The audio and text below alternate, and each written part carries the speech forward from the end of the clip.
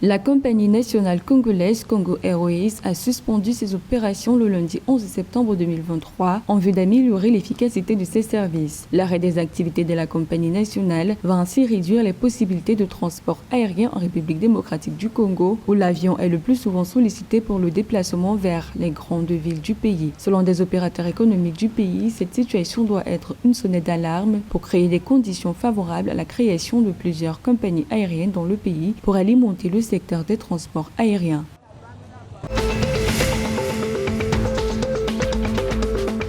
Au Cameroun, l'insécurité et les exportations illégales de cacao vers le Nigeria font chuter les achats de 40% dans la région du Sud-Ouest. Selon les données de l'Office national du cacao et du café, seulement 21,17% des achats de fèves de cacao ont été effectués dans la région du sud-ouest du Cameroun au cours de la campagne cacaoyère 2022-2023. Aussi, en comparaison avec la saison précédente, cette région a enregistré une baisse significative des volumes déclarés de 40%, soit 39 809 tonnes, selon un communiqué de l'ONCC du 7 septembre 2023.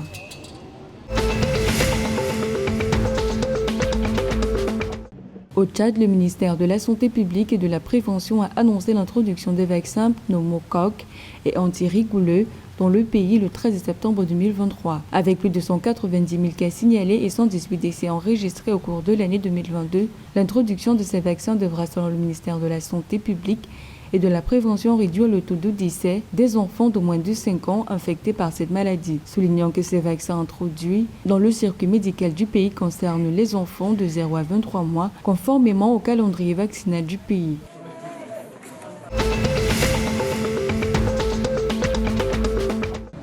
En Centrafrique, la Banque mondiale renforce son appui au secteur de l'éducation. À cet effet, le ministre chargé des Finances et du Budget, Hervé Ndomba, a reçu le 13 septembre 2023 une délégation de la Banque mondiale conduite par son représentant résident Guido Rurangwa. La question du renforcement des relations des coopérations entre la République centrafricaine et cette importante institution mondiale sur les voies et moyens susceptibles de les renforcer et de les développer davantage, notamment dans les domaines de l'éducation, était au cœur des échanges.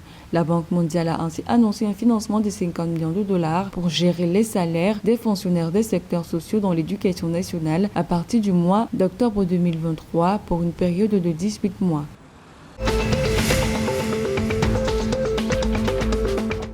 Avec les pays. La République du Congo va abriter du 26 au 28 octobre 2023 le sommet des 3 bassins des écosystèmes de biodiversité et de forêts tropicales. Le ministre de l'Environnement, du Développement durable et du bassin du Congo, Arlette Soudan-Nouno, a pour cet effet échangé le 17 et 13 septembre 2023 à Brazzaville avec Yannick Ariane, Rassori Manana, représentante de l'Organisation des Nations Unies pour l'alimentation et l'agriculture, et l'ambassadeur du Congo en Italie, Henri Okemba. Ce sommet au centre des échanges devrait être l'occasion de discuter sur les meilleurs moyens de tirer profit des ressources de ce bassin, tout en le conservant pour les générations futures.